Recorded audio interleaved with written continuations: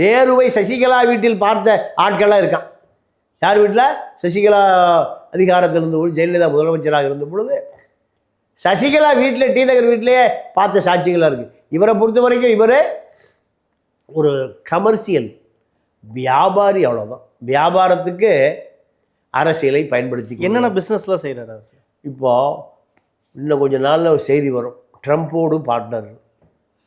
நான் சிரிப்பதற்காக சொல்ல, 1000 ஏக்கர் பண்ணை நிலங்கள், இப்போ நெப்போலியன் இருக்கார், அது போன்ற பல 1000 ஏக்கர் பண்ணை நிலங்கள் நேரு கைவசம் இருக்கு. ட்ரூ வேல்யூ ஹோம்ஸ் பார்த்த பக்கமெல்லாம் இருக்கு. Real estate business. ஆமாம், அவரு தான் அது. அப்போலா ரெட்டி ஊருக்கே போயிட்டார். அப்போலா ரெட்டியை விட காவேரி ரெட்டி, நேரு ரெட்டி, எங்கே பாரு காவேரி மருத்துவமனையாக இருக்கு. காவேரி மருத்துவமனை எங்கே நோக்கினும் காவேரி.